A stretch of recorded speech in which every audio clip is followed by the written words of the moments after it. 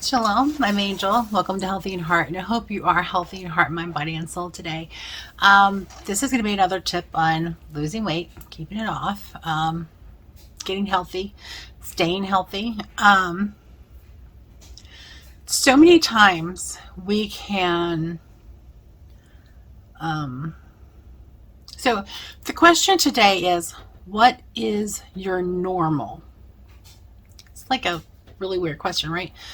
But here's the thing. We really have to examine what is normal for us. That applies to physical and mental health as well, because it's kind of like, you've heard the story, the frog and the water. If you try to put a frog into hot water, he's going to jump out immediately. But if you put a frog into cold water and slowly bring up the heat, he'll stay in there until he dies. And a lot of times that is applicable to our life as well. I was just talking to a friend the other day about this, and we can get used to just about anything. But what we get used to, is it moving us in the direction that we want to go towards health and wellness, or is it moving us in the opposite direction, towards sickness and disease? And which one do you want? It kind of goes back to the question of, do you want to get well? How much do you want to get well? Are you willing to do what it takes to do it? That's a hard question, because you may think you do, but then you find yourself sabotaging yourself, and so that you don't ever reach your goals, which I have been guilty of in the past. And it's very, very important that we examine what is our normal. And one example, blood pressure. I didn't realize my blood pressure was high, because that's why they call it the silent killer, right? So you need to monitor yourself. Things like that. Blood sugar, blood pressure, things that you can monitor, you need to monitor yourself. You get used to pressure. You get used to feeling a little off.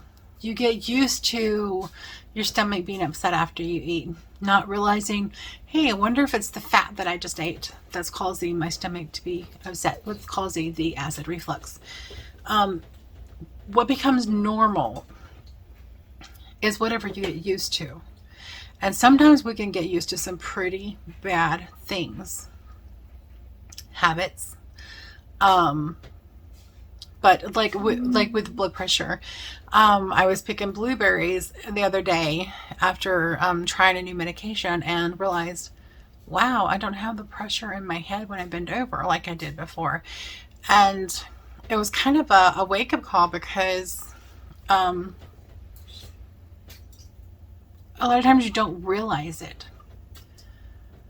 Things that are shifting, in your life, in your relationships, you don't realize that things shift, and until it's not very beneficial for you. It's not congruent with where you want to be in life. And so with health, you need to monitor what you can monitor. What you can't monitor, advocate for yourself to have the doctor do whatever blood work for you. For the blood sugar, I had to ask twice to get the C-peptide test done. The first time the doctor, well, I know what type of diabetes you have. Well, good for you. I don't. I want to know. But she's also the one who, if I had taken all of the medication she gave me, would have killed me. with overdosing. I wasn't a doctor, I was actually a nurse practitioner. But nevertheless, allopathic medicine, that's, I have a love-hate relationship with it. There's good reason for that. And, but we need to advocate for ourselves. And, I am actually finally getting the tests run that I want run. The information that I need to know, I'm finally able to get that information. And if your doctor that you're seeing won't do it, find another way. Because your doctor is supposed to be your partner in your health. Now, they have a deficit, they have a handicap because they've not been taught how to live healthy. But then neither was I until I educated myself. So sometimes we actually have to educate our doctors too, because I was told once that some kidney damage couldn't be reversed. And guess what? It can, and I have. So you have to be an advocate for yourself, but you also need to be aware of issues that you may have. You need to monitor issues.